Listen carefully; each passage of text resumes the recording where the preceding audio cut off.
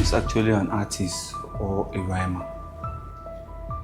Actually an artist or a rhymer? Let me ask you, am I an artist? What do you think? That's what we want to hear from you. What do you think? Am I an artist?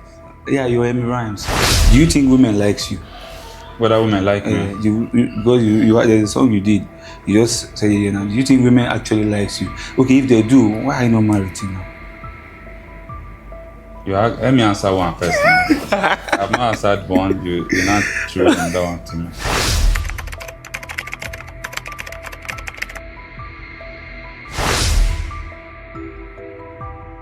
LEGAXY TV, digitally cultural. Hello there, my name is LEGAXY Skills and this is Entertainment Extra on LEGAXY TV. On Entertainment Extra, we bring to you the juice and the facts all surrounding the entertainment globally. And I put it to you that whatever you hear here is 100% fact. So, but before I introduce to you the artists that we are inviting today, our guests today, let's go on a commercial break. And don't forget to always subscribe to our YouTube channel, like our Facebook page, and follow all our social media platforms. LEGAXY TV, digitally cultural.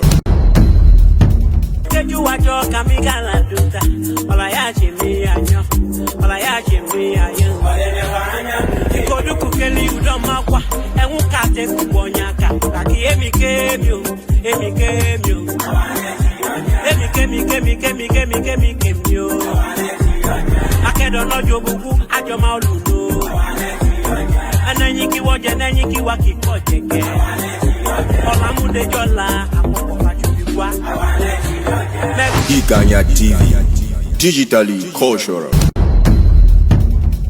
Welcome back. Yeah, today, like I said, we'll be having an artist that have done pretty well for himself. He's big. He has been there and here. So give it up for the guest of today. Yes, ladies and gentlemen, how you all doing? They call me EMMY RHYMES, Confluence Area Ambassador, corporate hustler. I'm a singer, I'm an entertainer, I am a spoken word artist, I'm a businessman, and a corporate hustler. So I just added a new title now, Naija Finest. Naija Finest, yeah. So where are you from? For those of you who are meeting me for the first time, I introduce myself again. This is EMMY RHYMES, a pure Igala boy from Ankpa in Kogi State. Yeah, I think the first question I will have for you today is EMMY RHYMES actually an artist or a rhymer? Actually an artist or a rhymer? Let me ask you, am I an artist? What do you think? That's what we want to hear from you. What do you think? Am I an artist? Yeah, you're EMMY RHYMES. Yeah. Now, I always tell people, I'm an artist because I understand the craft of creativity. Yeah. So I create music, I create poetry, I create avenues to bring dreams to life. Do you understand? So whether it's music, whether it's writing lyrics, whether it's writing songs, whether it's bringing ideas to life, or whether he's doing rhymes, like you said. Yeah. So that is what embodies my brand. Yeah. Do you understand? I am actually very, very versatile in my and you know why I'm believing what you say right now? You know, even if you do content, you still use rhymes. You understand? So I normally follow your work. So I'm actually featuring in one movie now coming up. You understand? So I just left the location to come here before going back. So I'm actually into so many things because I realized that there is so many things that I'm very good at. There are so many things I can do. You know, and then I just made a cameo, you know, last year, and you know, it was nice, and we're like, okay, let's still do more and stuff like that. So I'm actually anywhere creativity is, but where I have my real passion is in the music industry. In the music industry, I actually started as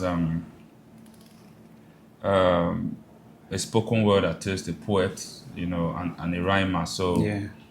I have the talent of putting together rhyming words. You understand, words that have the same rhymes and synonyms, and you know, try to make meaning and you know create stories around it. So it could just be like we all here, you know, having to have that conversation and then using rhymes and poetry to do. So I play with words a lot. So that was how I started, and then I did very well, you know, while coming up with that. And then, you know, you have to grow in everything. You have to grow. You have to look for areas where those things can be very useful.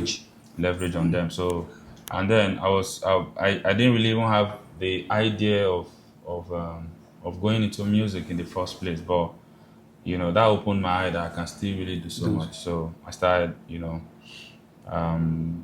putting arrangements together to see how the music thing work, and I went to Lagos, you know, tried my that brings me to this next question. So you were in Lagos before, you now relocated to Abuja.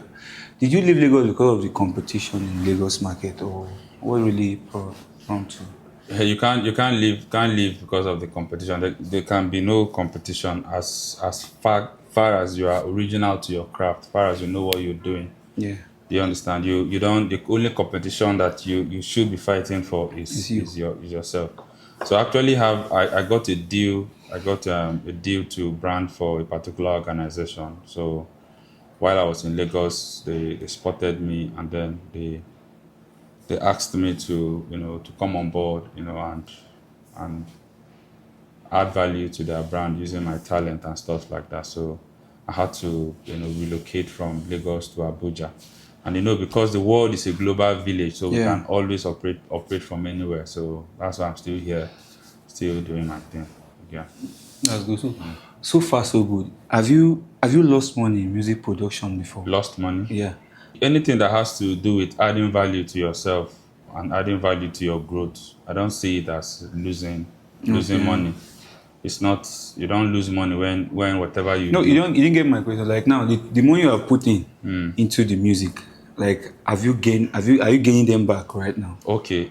For me, how I see it, I feel like the music is so broad because we have the music, we have the business. So sometimes when you don't make money directly from the sales of your music to match up what you have, there are other ways that same avenue can open more doors to you. So sometimes you put out a song, and then even if it's just one person that song touches, that one person can give you an open door. Yeah. You understand, that can, you know, double that money that you spend. So music is in circles. So most times you don't look at how much you put in. You look at the fact that there's a turnover. Why you are doing the music is opening doors for other avenues for you to push. Yeah. So that's how I see it. Yeah, that's okay. Do you think women likes you? Whether women like me? Because there's a song you did. You just say, you know, do you think women actually likes you? Okay, if they do, why are you not married till now? Let me answer one first. I've not answered one. You're not true on that one to me.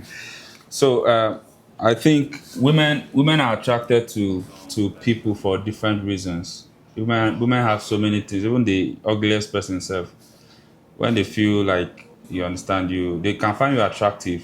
Even with the slightest, anything can make a woman attracted to you. So if it has to be in relation to my last song that I dropped, it's something that happens everywhere. So it must not really be like me. But I've really had my own fair share of that experience. You understand, of the fact that, you know, you are caught between so many women, and then you understand you.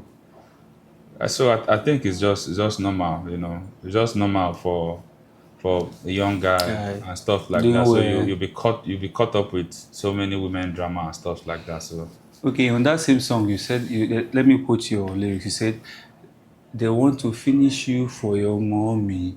Now, have they finished you, or were you able to overcome those pressures? And if you have overcome them, can you just tell us how were you able to overcome those pressures? Or if they don't finish you, more just no. If you listen very well, I said they want to.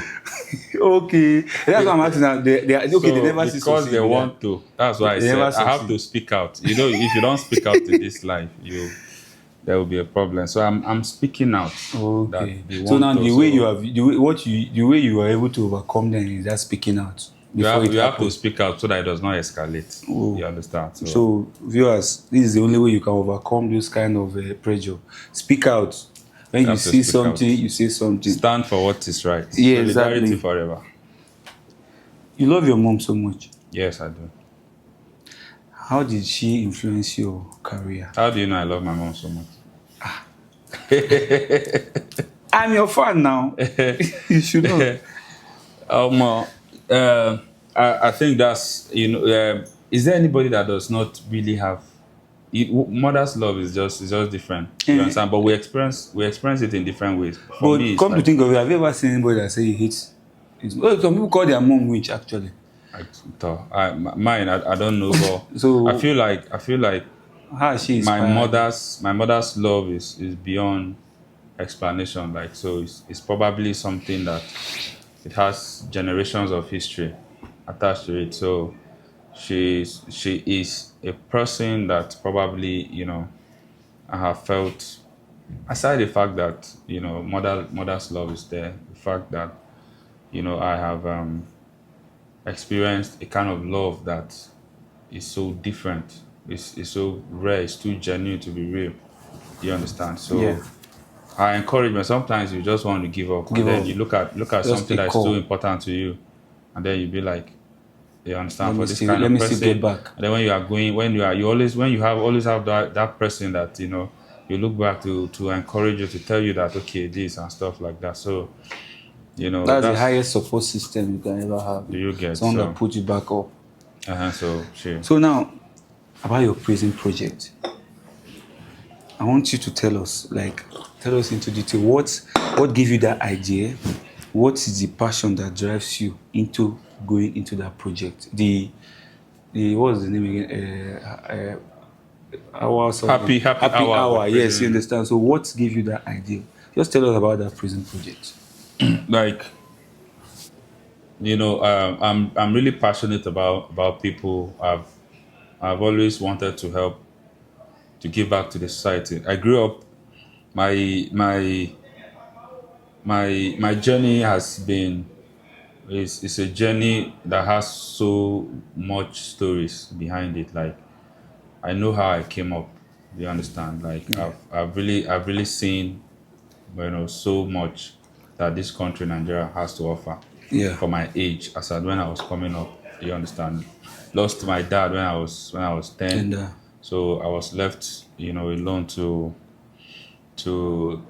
face life. You understand? Life don't give me like 3-0 that time. So I needed a comeback and stuff like that. So going through that, all those hurdles, and then making it to where I am now, though I'm not there yet because I'm still striving. And then looking at the fact that,